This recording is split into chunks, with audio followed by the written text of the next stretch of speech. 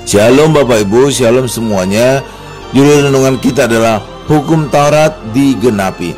Sebab apa yang tidak mungkin dilakukan hukum Taurat karena tidak berdaya oleh daging, telah dilakukan oleh Allah dengan jalan mengutus anaknya sendiri dalam daging, yang serupa dengan daging, yang dikuasai dosa karena dosa. Ia telah menjatuhkan hukuman atas dosa di dalam daging. Roma 8 ayat 3. Ketika orang hidup di bawah hukum Taurat, maka orang akan hidup di dalam kedagingan. Karena hukum Taurat itu semua manusia yang mengerjakan.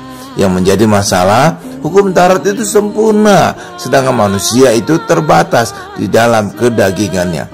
Maka selalu gagal, sehingga selalu hidup di dalam kutukan, selalu hidup di dalam hukuman dan murka Allah. Allah tidak ingin manusia terus mengalami kondisi ini. Allah itu maha kasih, tetapi Allah juga setia akan perjanjiannya.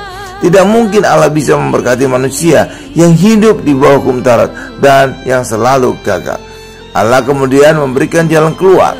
Yesus diutus menjadi manusia untuk menjadi daging.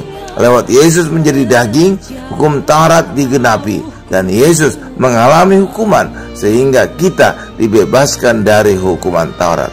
Tuhan Yesus mengerjakan semua di atas salib. Kristus adalah kegenapan hukum Taurat. Roma 10 ayat 4. Hanya Yesus yang mampu mengerjakannya.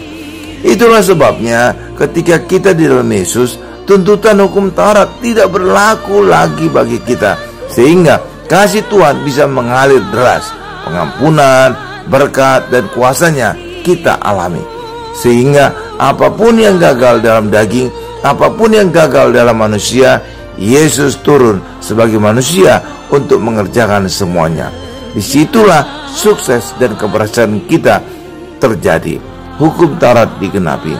Ketika orang Kristen hidup di bawah hukum Taurat, Allah memberkati jika orang mampu melakukan semua hukum Taurat. Tetapi karena selalu gagal, Allah justru mengutuk manusia. Tetapi dengan Yesus menggenapi hukum Taurat, manusia tidak perlu lagi melakukan hukum Taurat. Cukup dengan percaya kepada Yesus saja, maka Allah memberkati kita. Amin Bapak Ibu. Tuhan Yesus memberkati.